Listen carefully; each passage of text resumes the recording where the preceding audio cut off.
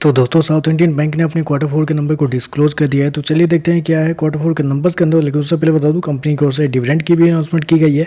ज़्यादा बड़ा डिविडेंड नहीं है, 30 पैसे प्रति शेयर के हिसाब से कंपनी आपको डिविडेंड देने जा रही है। चलिए कंपनी का नंबर देख लेते हैं। डाटाबेस के लिए यहाँ पे कंपनी को से लाख्स में दिया गया है, मैं आपको क्रोज में बता रहा हूँ। तो देखिए पिछले क्वार्टर में कंपनी का टोटल इनकम जो कंपनी ने जनरेट किए थे 2636 करोड़ के आसपास, पिछले साल मात्र 2317 करोड़, जबकि अभी देखें तो बढ़ के 2620 करोड़ के आसपास आपको देखने को। तो साल दर साल देखें तो साल दर साल कंपनी के टोटल इनकम के अंदर एक हल्की सी तेजी आपको देखने को मिला। ऑलमोस्ट बोल सकते हैं 13 से 14% के आसपास का जंप है साल दर साल कंपनी के रेवेन्यू के अंदर।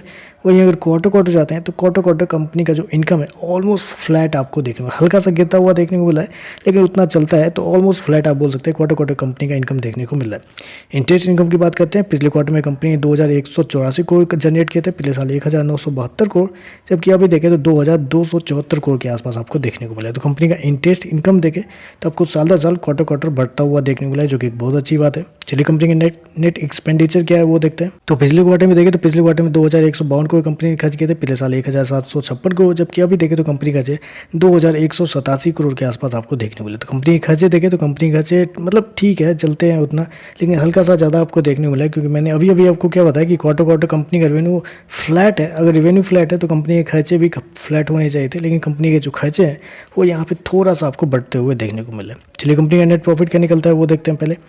तो देखिए पिछले क्वार्टर की बात करें तो पिछले क्वार्टर में 305 करोड़ के आसपास का प्रॉफिट था, पिछले साल 333 करोड़, अभी देखें तो गिर के 287 करोड़ कंपनी का जो प्रॉफिट है वो आपको जाता हुआ देखने को। तो साल दर साल देखें तो क्वार्टर देखें तो कंपनी के प्रॉफिट के अंदर एक अच्छी खासी गिरावट आपको देखने को मिल रही है। तो यहाँ पे देखें तो थोड़ा सा गलत होता हुआ देखने को मिला है, क्योंकि साल दर साल क्वार्टर कंपनी का प्रॉफिट आपको गिरता हुआ देखने को मिला है।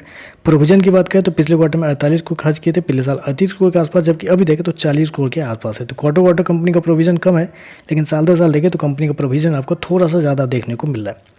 ईपीएस की बात करें पिछले क्वार्टर में 1.31, पिछले साल 1.50, अभी देखें तो 1.35 के आसपास आपको देखने को मिला। तो ईपीएस भी देखें तो आपको साल दर साल क्वार्टर आपको गिरता हुआ देखने को मिला है। चलिए कंपनी का एनपीए क्या है वो देख लेते हैं। तो एनपीए देखते हैं तो पिछले साल 5.14 के आसपास था, अभी देखें तो 4.50 के आसपास आ चुका है, जबकि पिछले क्वार्टर में 4.74 के आसपास है। तो आप कह सकते हैं ग्रोस एनपीए कंपनी का साल दर साल क्वार्टर कम होता हुआ देखने को मिला है। नेट एनपीए की बात करें तो 1.86 से गिर के 1.46 के आसपास आता हुआ देखने को मिला। तो एनपीए देखें तो कंपनी का सुधरता हुआ देखने को मिल रहा है, लेकिन अगर नंबर को समराइज करो तो देखिए नंबर इस क्वार्टर में कंपनी के थोड़े से कमजोर है, क्योंकि कंपनी के प्रॉफिट मार्जिन है उसके ऊपर एक अच्छा खासा असर आपको पड़ता हुआ देखने मिला, क्योंकि पिछले साल 15% के आसपास का प्रॉफिट मार्जिन था, अभी देखें तो गिर के 11% के आसपास आ चुका है, जबकि कंपनी का जो प्रॉफिट है वो आपको साल दर साल क्वार्टर गिरता हुआ भी देखने को मिला। तो ओवरऑल देखें तो मेरे हिसाब से थोड़े से कमजोर नतीजे इस क्वार्टर में कंपनी के द्वारा दिए गए।